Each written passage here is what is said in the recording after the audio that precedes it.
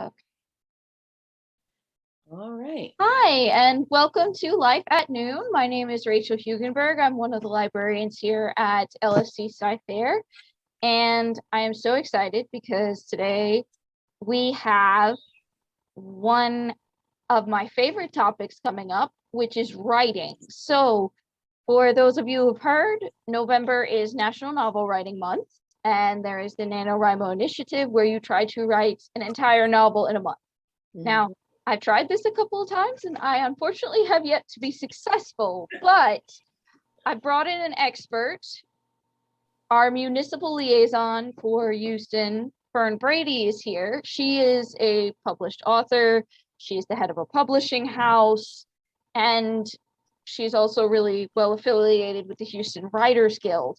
And for those of you who like to write or who are looking to get into writing, Fern is going to give us kind of a breakdown on what's going on in the writing scene. Fern, if you would take it away, please. Sure. Well, thank you for having me. Yes, National Novel Writing Month, NaNoWriMo, is a really cool challenge. It's 50,000 words in 30 days, right? In the 30 days of November. And very, very few times have I won. I've won some and I haven't made the count. I will not make the count this year. Life sort of threw me a curveball with one of my cousins dying. So I know I'm not gonna make the count. But the cool part about Nano is that it does, no matter whether you make the 50,000 or not, you will find that you have written a lot more than you would have without participating in it. And it does help you because in order to get to the 50,000 words in those 30 days, you really do need to write every day. So one of the real benefits that the program gives to authors who participate is it gives you a chance to look at your schedule, to really look at your time and see what really works best for you in terms of when your writing can happen. Because, you know, as writers, oftentimes our writing sort of comes last. It's sort of something we do in the spare time, which is very, very rare. It's a very rare thing, spare time. So NaNoWriMo kind of forces you to look at where do you have time? You know, where do you have the time to devote to your writing practice? And, you know, going forward past November, you might not write every day, but what you discover about when do you write best, what times of day really work the best for your flow, and where your schedule has some flexibility. Those kinds of things that you discover as you're trying to work through making your word count every day on Nano can yield a really good, vibrant writing practice going forward, you know, is in terms of just managing your time and balancing it out with your writing practice.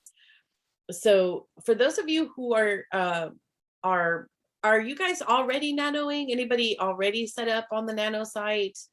You can just raise your hand if you want the little hand just to say yes or no. Yeah, and you can put your yeses and nos in the chat as well, and I will read any questions that you may have from there as well. Perfect. Not this year. Some people are like, not this year. I'm going to share with you the site.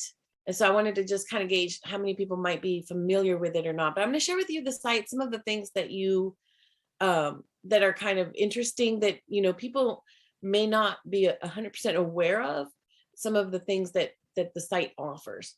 So I'm going to share my screen with you. Right, so this is the NaNoWriMo site. And let me make sure I can, okay. So when the setting up a profile is free. Those of you who already have one, you know. So you just sign into yours, and what opens up is your project, and you can see how dreadfully bad I am this year. I have literally done 0 words in this year's Nano, but you know, life happened. So but your current project, right? The project you're working on in that moment would appear here. And one of the cool things as you go putting in your words and tracking your word count is these little things light up, little badges. You know, little badges as you hit certain markers of, you know, did you write the first day, right? Clearly that one is no longer an option for me. But when you hit like 5K or 10K, you know, things begin to light up, which is really nice because I'm all about stickers and badges.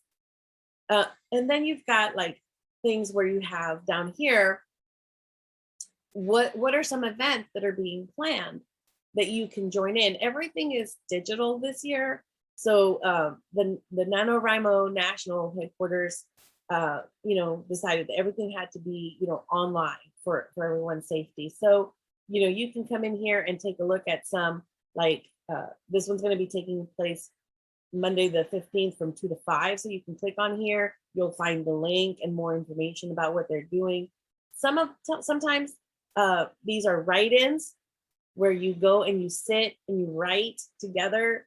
And just like we are now in the Zoom room, you would have the Zoom, the people on Zoom kind of in the background, and you have your writing up on the front for those of us who type directly in. And then you would be working and the people are right back there.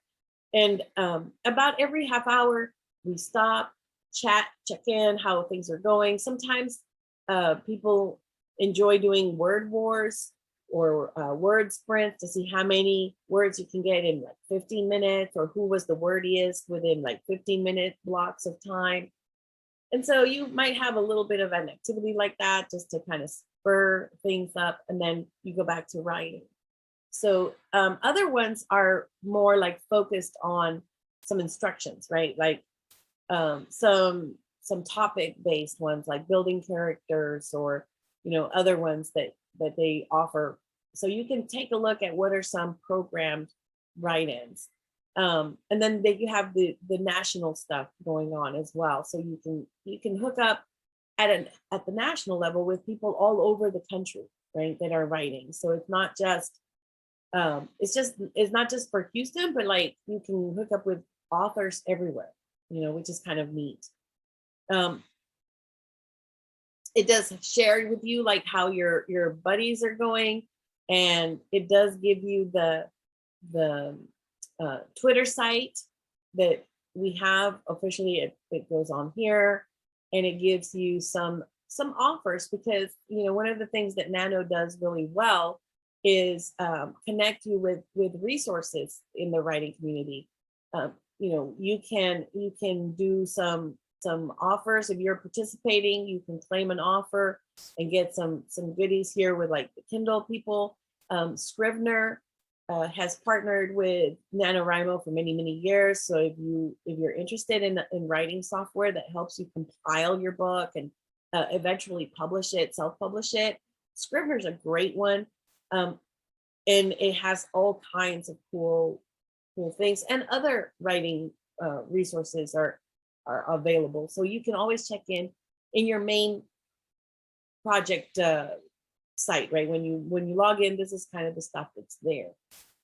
Now, if you come over to where it says community, you can, if my mouse will work, yes, there are forums, and here people post all kinds of topics, and you know, there's communication going back and forth, kind of like texting, you know, with all kinds of topics that you might have if you're stuck, you know. There's this one's probably not going to be visible on y'all stuff, but like there's a whole bunch of different topics that you can come on here. Coffee house, newbies, if you're brand new to it, this is a great place to hit and see some of the discussions and the topics that are being shared.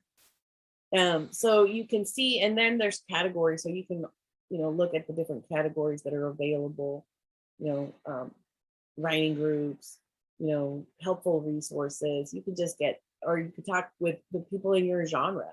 You know, if you're a sci-fi fantasy writer or a mystery writer, you could connect to topics and see what is being discussed in the forums based on the genre. So that's a really nice resource. And to the dashboard. The other place that really you want to be looking in is under the community tab. All right.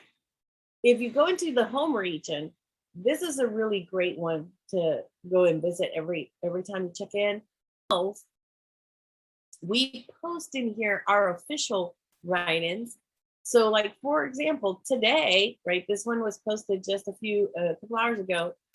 We have officially in the SMLs, we are hosting from 1 to 4 p.m. Anna is going to be hosting a writing room. So from 1 to 4 p.m., you can click on this link, put in the passcode, and sometimes it doesn't even ask you for a passcode, but you can click on the link and you can join Anna during those hours.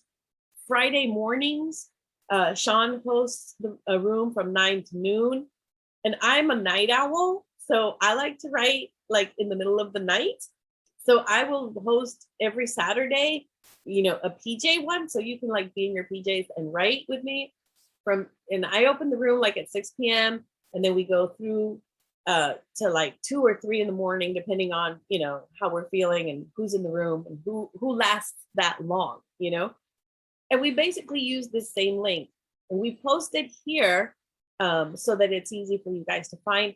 The system does let us email you because when you sign in, you do provide an email for them. So you should be getting these via email as well.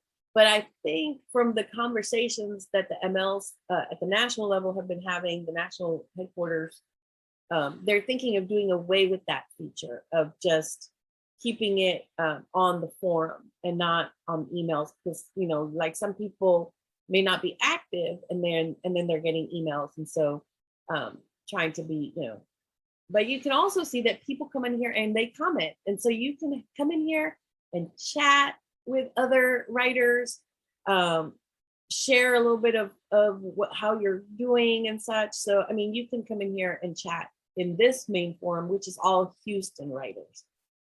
So it's a good place to post some thoughts and some chats. So this is a really good one for you to visit. And it also has like events on here. So you can actually go to the events here as well. And these are basically the same ones that you will see when you log in as your dashboard. The other thing that's cool with My Nano is you set up your profile and it's about you and how people can connect with you and follow you. You can put on here, you've got your project. And then there's, move you guys. And then there's little things on favorites. Like I have not put my favorite books. I do have favorite books, but I have not written them here, but you can add your favorite books here. You can see your badges. You can see your personal achievements. These are ones that you pretty much self-select, like which ones you are, what kind of writer you are. Are you a planner? Are you a plotter, a pantser? I'm kind of a mix. So you can click on those badges and you can see them light up. You can also see, your projects from before. So you can see kind of like in July, I wanted to do 30,000 words. I only got 10,000 in, but I was more successful so far in July than here. And then, you can see like on some of them, like Camp April, like I was really ambitious for Camp April, and that just totally didn't happen. So you can actually do, December goals. Like you can actually set up goals and projects throughout the year and use it to track your words and to add to your process of holding your own self accountable. Obviously my over eager, sense of like, I'm going to actually write in April 125 words. Yeah, that was crazy. Okay. And it at least pushes you because you do feel kind of bad for not doing it. And then you have buddies that you connect to that you can actually have like conversations with. So you can have a whole like, conversation and kind of like email, but like on the system. It doesn't email them in the personal sense. But you can see how other people are doing. Like, one of my buddies is already 100% done with over the 50,000 word mark. And that's like amazing, right? And some of them are very close to finishing and some are not. So you can kind of see how your buddies are doing, which is kind of nice. And like I said, you can chat with your buddies. I like the stats. And it lets you see how you're doing work day by day. And it also tells you, like, if you keep going based on your average words per day, if you keep going at that rate, you will finish the 50,000 on, and it gives you a date, which sometimes is not within November, but it gives you a chance to see, okay, if I just keep going with this rhythm, I will reach these words and I'll reach them, by certain times. So it does give you a chance to kind of see your pacing and engage your pacing for your own word count. So it is just, all right. So that's kind of a little bit about the site. There's a lot of other cool things. I'm going to stop sharing and see if it refreshes. Is there any specific questions that you guys have about NaNoWriMo that I can answer? And feel free to put them in the chat or to unmute, whichever way you prefer to go.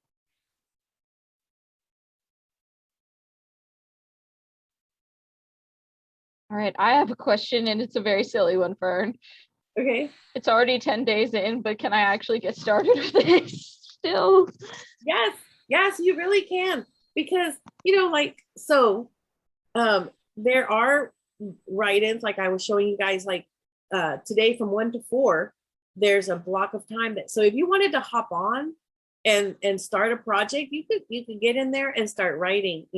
Now 10 days in, are you going to make the 50,000? Maybe not, but one of the things I like about NaNoWriMo is when you set up the project, you will usually do a lot more words in that month than you would without it. I think it's worth it just in the sense of pushing yourself to write the words and get those words out. And one of the other things that is really useful with Nano is that you really have to write without worrying about the perfection of what is coming out, because you don't, in order to make the word count and meet the goal, you really can't stop to revise. You have to just push through to continue the story and get to the end, right? And that allows you to relax that inner editor that we all have. We all look at our work and we go, oh my gosh, this was terrible. And I'm just going to drop everything. I'm just going to throw that away because that was just awful words. You really can't do that with Nano and be successful. So what it really is helping you do is to get to the finish line. A lot of authors, we start stuff, we start stories, and we don't get to the finish line because about halfway through, we sort of start analyzing ourselves and self-doubting, and is this even really worth writing, or it's just terrible, I should just drop it and start over. And we start kind of sabotaging ourselves. Or we get about halfway through and then we're like, I don't know where this story is going, what do I do? And with Nano, it pushes you to finish. It pushes you past your self-sabotage, your self-editor, to, it doesn't matter. The first draft, the drafts that come out of Nano are terrible. I mean, nobody writes like that gentleman that finished it already, one of my buddies that finished the 50,000 words. Those 50,000 words are not print ready. I guarantee they're not like ready for him to go and put it on Amazon and publish it. Now he's going to have to like revise, right? Now he's going to have to go back in and look at the storyline and fill in plot holes and flesh out characters. So the revision piece is critical, but he's got a finished story, right? He's, or at least, you know, depending on his genre, because he might, if he's doing sci-fi fantasy, I didn't notice what his genre is. He might need another 50,000 words before he finishes the actual story. But he's got words to work with, you know, to revise and to flesh out and to put his story together.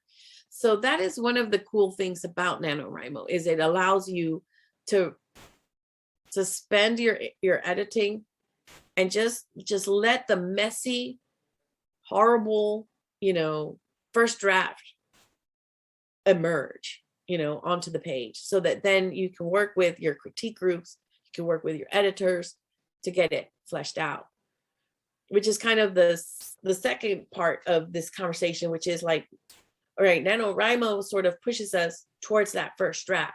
That's what it's really good for, right? To push you to complete those words, to have a finished draft. But once that's done, then comes the work of, you know, how do I revise and how do I publish, and what are the resources in Houston that allow me to do that? And one of the cool things in Houston is that there's a lot of organizations that will help you to become a stronger writer.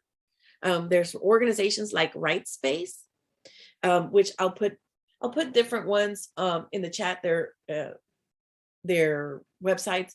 You know, WriteSpace Houston is one that you can look at. That one is a great resource. They offer ongoing classes all the time. They are having classes where you can come and look at your genre specific questions, general writing craft questions, and so you can become a stronger writer using a lot of their classes. And a lot of their instructors are actually university level instructors. So, you know, what if you were going to go get an MFA and you're going to spend all that money, you know, you can actually target your learning a lot more with WriteSpace, and you're getting that level of instruction, you know, with them. The other organization that is really great in Houston, and you know, is the Houston Writers Guild. The Houston Writers Guild offers 2 conferences a year. The one that is usually in spring around April and May, that one is an editor and agents conference. So besides having, you know, usually about 3 breakout tracks, you know, looking at craft, looking at industry, looking at marketing, we usually have 3 tracks of speakers. Besides that, we bring in agents and acquisition editors. So if you're looking to be published as a traditional published author, which, you know, the way that we used to have to do it, that because there was no other option, right, was traditional publishing. And so the publishing companies that give you royalties, some of them give advances, although the advances have sort of gone by the wayside. Fewer and fewer publishers are doing that. Even the big houses like Simon & Schuster and Random House and all them, they're kind of moving away from those. To reach these people, you have to have an agent. Most of the big publishing companies have, you have to go through an agent. So we bring in agents from different literary agencies that focus on different crafts that they represent, different parts of the genres.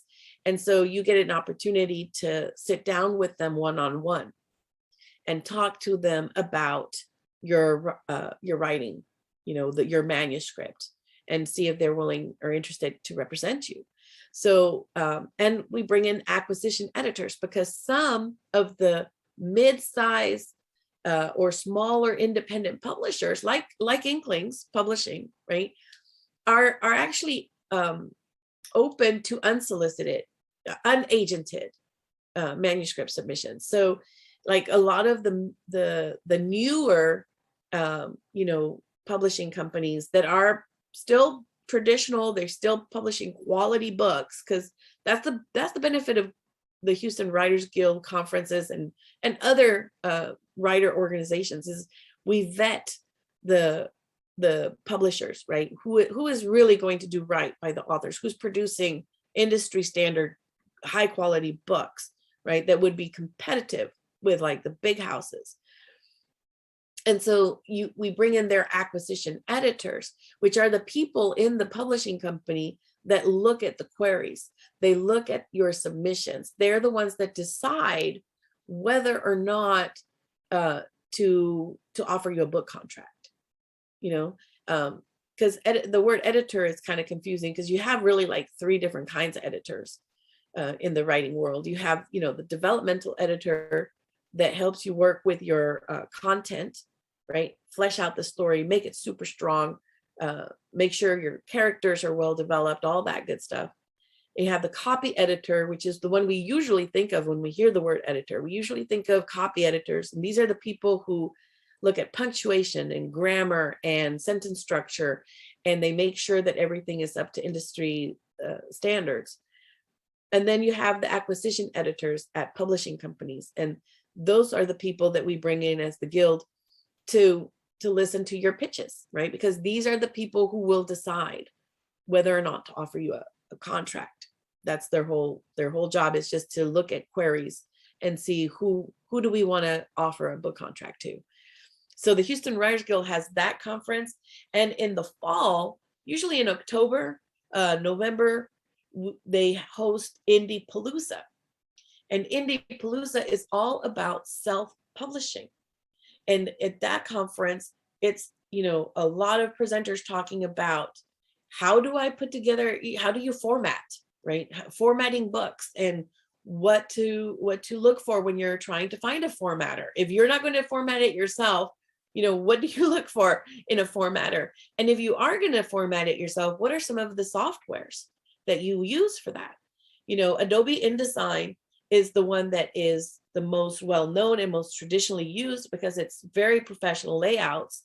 But there's others that are a little bit more user-friendly, like Vellum. If you're a Mac user, you could use Vellum to lay out your books. It allows you to do a lot of very cool things that, stand out when readers open your books. Scrivener is another one that you can use to compile books and actually lay them out. Doesn't allow as many bells and whistles, but we have sessions on that. We have sessions with cover designers, what makes a good cover design, what to look for in cover designers' works, and we have editors that come and talk about the editing process and how to form your team. Because if you're going to indie publish, you can publish yourself, you need to form your own team. You have to find the professionals that you're going to work with, that cover all the things that a publishing house would do. Because when you go with a publisher, they have a team. They assign you the editor that's going to work with you, the cover designer that's going to work with you. They assign you people. If you're going to publish yourself, you have to find those people. So Indie Palooza is all about doing that. And also the other side of the process, which is the marketing. And really, I think in the guild does marketing tracks in both of the conferences, because marketing is something you're going to do no matter how you publish. You have to build your author platform. You have to create a following. How do you build your website as an author?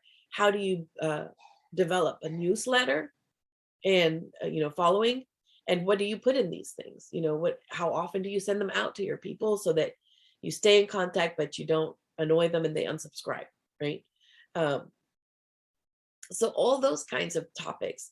So the guild is really great for these conferences, and the guild and WriteSpace both offer critique groups. Another organization that's relatively new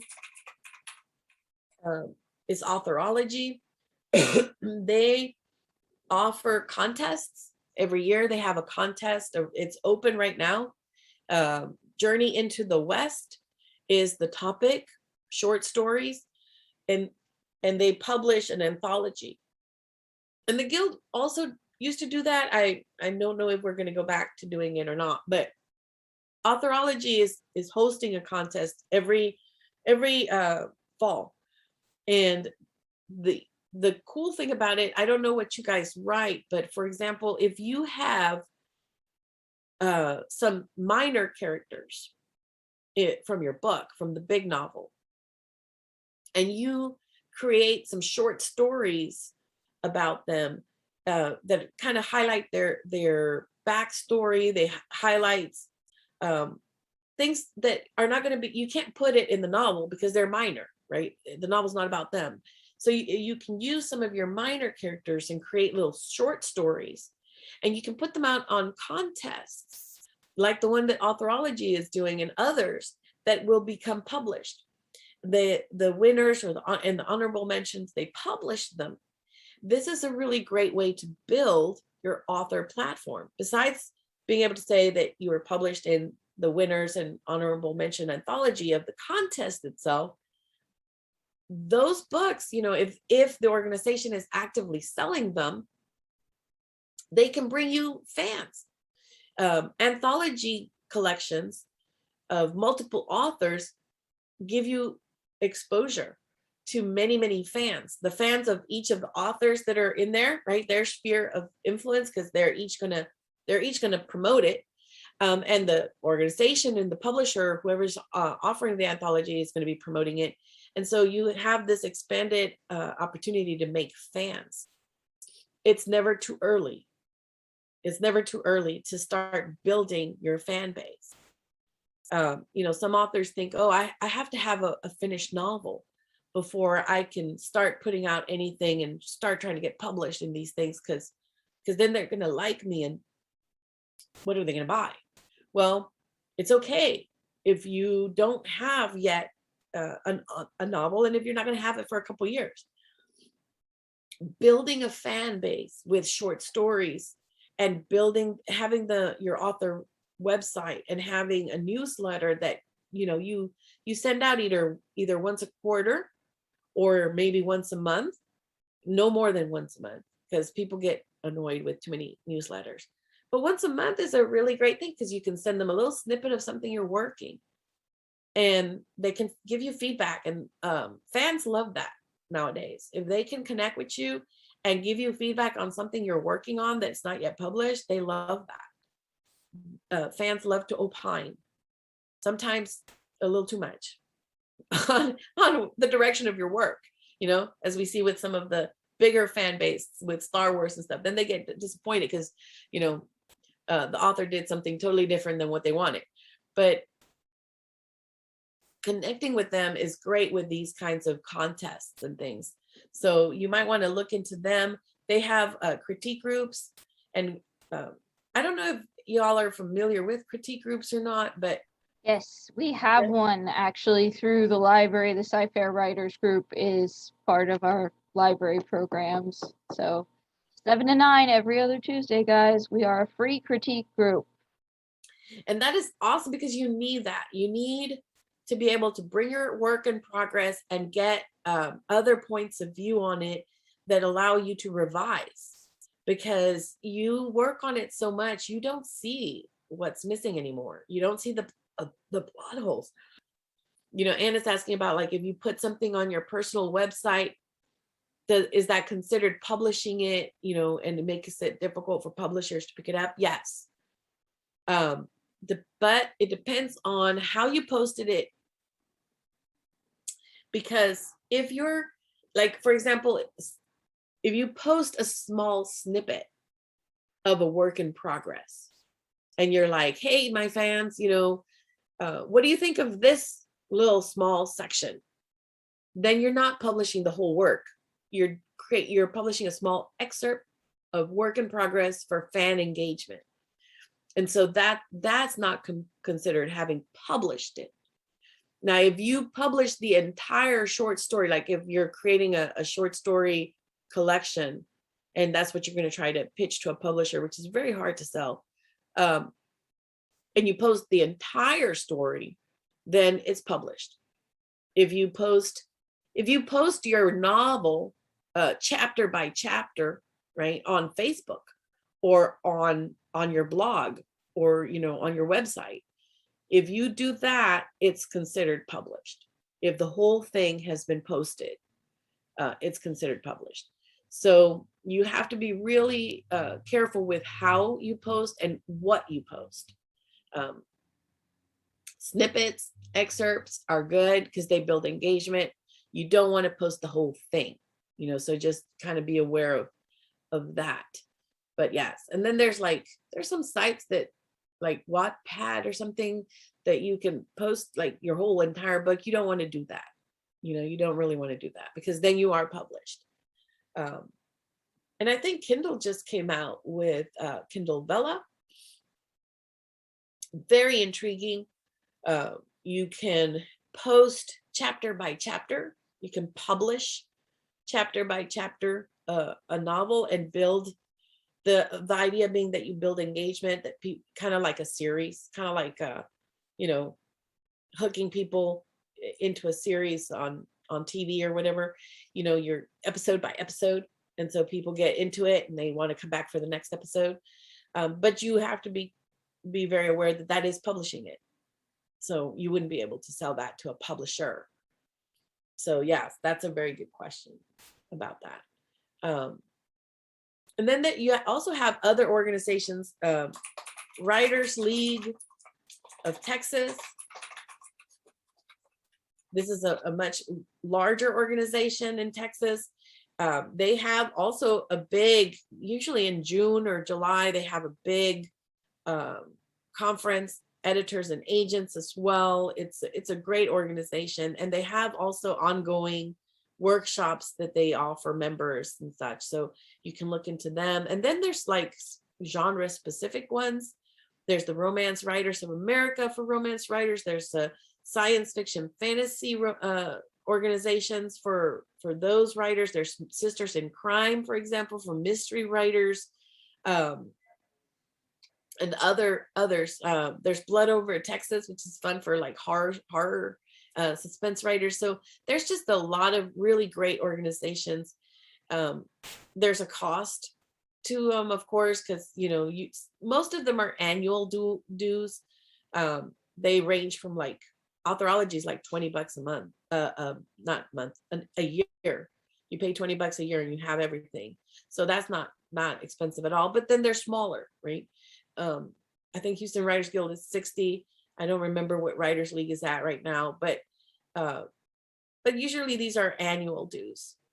So you can look at those and see, get hooked into good stuff. Through the Eyes of Authors is an organization that is relatively small, but it's a really great. It's $50 a month, so that one's a monthly, but you get training every Monday. Every Monday night, she brings in a speaker, different topics. So you get that training, plus every Wednesday morning, you get a mastermind session where you basically get together and sort of discuss what was on Monday night's training and other things that are going on with you and your writer journey, and provides a lot of support for that. This one's run by Amy Ravichandran. She owns Abundantly Social. She's really great at social media and marketing and publicity. So it's a really great resource. It's a little bit expensive because, like I said, that one's a monthly, but it's very well worth it because you're basically getting 8 sessions for $50, for that month. So Fern, I'm sorry to interrupt, but I do have a question. If one already has a manuscript that they feel is ready and wish to find a literary agent, I heard that you're mentioning the Houston Writers Guild and how they bring agents in. Is that how you would recommend going about trying to find an agent to traditionally publish?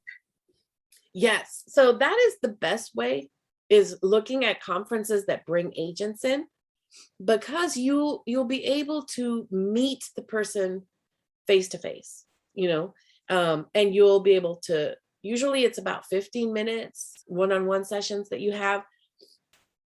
you give them your pitch, you talk to them about your manuscript, and that allows them to get to know you, and you get to feel them. Are you going to be able to work with this person? The questions they ask you. I think that's the best way to find an agent. Now, that's not the only way, because you can Google on Writer's Digest, for example, has a section of literary agents and what they are looking for. Poets and Writers Online also has a listing of different agents and publishers. And then there's a book, and I'm trying to remember the name, it's escaping me. Writer's Market, I think. Yeah, is the book. And they have a whole list of conferences and agents and publishers, and just, it's a great industry resource. And you can find the ones that are in your field, in your manuscript genre, and you can actually query them. Now in the querying process, the most important thing to remember is to research. Okay, you have to really research this agent and the agency. You have to go online and look and see, how do they want the information presented to them? Do they prefer email? Some of them are using Query Manager, which is a platform that publishers and agents can use to receive queries. And you can set up what you want the authors to submit, and how. And, and be very, very detailed. Don't do this. Don't submit queries and stuff when you're tired. Make sure you're fresh and very attentive, because one little thing that you don't submit, or if they want Garamond font and you send it in Time Romans, that is the one thing they're going to use to knock you out. Because Inklings Publishing, we opened for submission May and June, 2 months, and in 2 months we had over 300 people submit manuscripts. So at that level of number of submissions, you're looking for stuff to say no to, so it's really important to just be very meticulous when you're doing that. But I like the in-person, because you just get to know that person better. You're muted. With these meetings, what is sort of the proper etiquette? So in my case, I don't have the novel that I'm working on finished, but I have several children's books that I think maybe are worth publishing. So since children's books are so small, would it make sense just to bring the whole thing and just hand it to them and be like, hey, would you like to publish? Would you like to try and publish this? No, usually what you bring with you is a query letter. Okay. Where you basically you introduce the book, it's the hook, the book, and the cook. Okay, so you hook them with something, right? The angle of your book, why you think your book is really special and they should publish it. You tell them what the book is about, and if it's a series, what the series would follow, etc. And then the cook, right? Who are you, and where are you involved with, and what are some of your publication creds, awards, blog, whatever. In my case, none. You're an emerging writer, right? So, and that's where some of the contests might be really good for you to look into, because you can throw out a short story to different contests. And, even if you don't win, if you place, if you're like an honorary mention, or you can just say, submit it to some of these contests, so it shows that you're involved, that you're in the field and you're serious about it. Membership to different organizations is another thing you want to have under your belt. Pick the ones that you feel are going to be the most helpful to you, and join, a couple, because listing, am a member of, and a couple of organizations, that's going to be really good, because that shows you're involved. Again, you're active in pursuing a professional, career. So things like that are helpful for like new authors that don't have a lot of published work. I don't know how well you like blogging. Okay. but having a little blog is not a bad idea to host, because it's published. Blogs are published. So you published it yourself, but it's published, right? So if you build up a little bit of a following, even though it's very hard to build up a large following, but even any size following will be good, because that's readership that you're bringing to the table, you know. I don't know how much involvement you are in social media. Want to get involved, okay? Avoid all the politics and all the junk. Focus on you as an author, which is what I tell my authors, okay? Create your page with the mindset that you are presenting you, the author, not you, the person, you, the author, right? So who is you, the author, right? What is the persona that you want to bring? What are the things that you write about, that you're passionate about, that are not, you know, political, that you're focused on for your writing, to build a following? You know, you write children's books, so, you know, talking about like animated series or this other children's book, or, you know, following illustrators that are publishing their beautiful illustrations. You can post, oh, look at this cool drawing of this character, or you know, posting things that are going to build and bring attention to you, of the audience that you want. You know, what is your novel about, if I may ask? Oh, it's a sort of I intend it to be a tween series where in the sci-fi novel Starship Troopers, Okay. there's something referenced called the Disorders, which is when society breaks down and then it gets replaced by the government and Starship Troopers. And the novel, or the, I guess, short novel, is about, basically it's a kid's adventure story post Disorders. Okay. So you're in that sci-fi world. So posting anything sci-fi-ish, you know, following NASA and posting some of the stuff that they post, you know, just anything that will bring in the people who like that kind of thought, you know, that kind of topic. And the bulk of the people who buy books are women.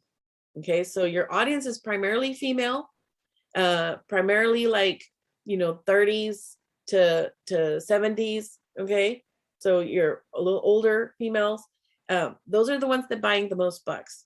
So you want to kind of keep in mind, you know, that you want to attract the people who like these kinds of things, nerdy people that like these kinds of things, right? But that's kind of what I would say. Definitely, you don't really need Twitter. Twitter is not very productive for writers.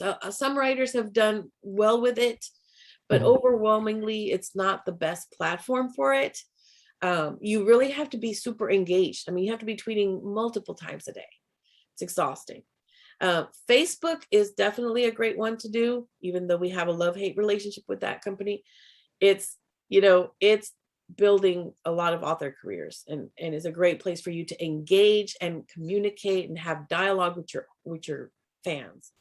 Instagram, very good for authors, and interestingly, Pinterest is a really good one for authors, with regards to like once you have ads and things like that, you can post.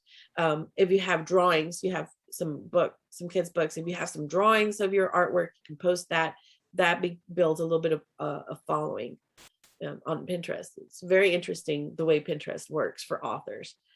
I see a question, with technical writing at work that's used daily by a couple thousand clients count as published work. Yes, in your curriculum vitae, yes, that's definitely something you want to note.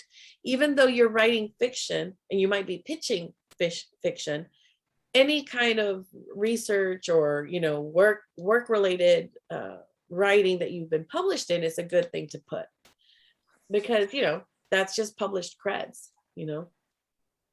It's amazing. I've all of a sudden gone from 0 to like hero in like 60 seconds. Didn't know any of that applied. Okay. Yes, because believe it or not, you do transfer readers.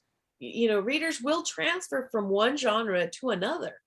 A reader may be reading your technical writing, you know, because of the profession, but then, you know, they find out that you have a fiction book, and they may very well buy it, you know, just because you've touched them and they're involved with your other writing. So all writing is good, and definitely for a curriculum vitae, you definitely want to put anything you've been published in. Okay. I just wanted to say, I don't know how much time we have. Regarding interacting with fans, I have heard that one needs to be, I mean, what all you said was very, very true. However, one has to be a little bit careful in the sense that if you solicit, well, not soliciting ideas, but if some fans have become nasty, whereby they thought that they supplied an idea for a later published work, especially when when the person blows up and becomes something. So, you know, they just always say, be careful not to be obvious, not to be obvious, or not in any way hint that you're actually using those ideas, whatever. Well, and one thing to remember is, and this is the truth, you do not copyright ideas. Ideas are not copyrightable. How you manifest an idea is going to be completely different from the way, like we could both start off with the premise that there's a princess in a castle and the castle's being attacked by a dragon. That could be the idea. How that story is going to actually turn out in my text versus your text versus Rachel's text. I mean, we could, all of us, write that story and it's going to be totally different. So when fans get like that, you know, there is that line, and you see that, like I was saying, with Game of Thrones had that problem. You know, Star Wars has had that problem, where the fans decide that they think that it should all turn out in a certain way. Now you are no longer a fan; you are now a writer. And if you want to write your own story, please feel free to do so. Okay, the author will decide what the journey is. And you as a fan can have feelings about it. You liked it, you didn't like it. You know, I wish he had done blah, blah.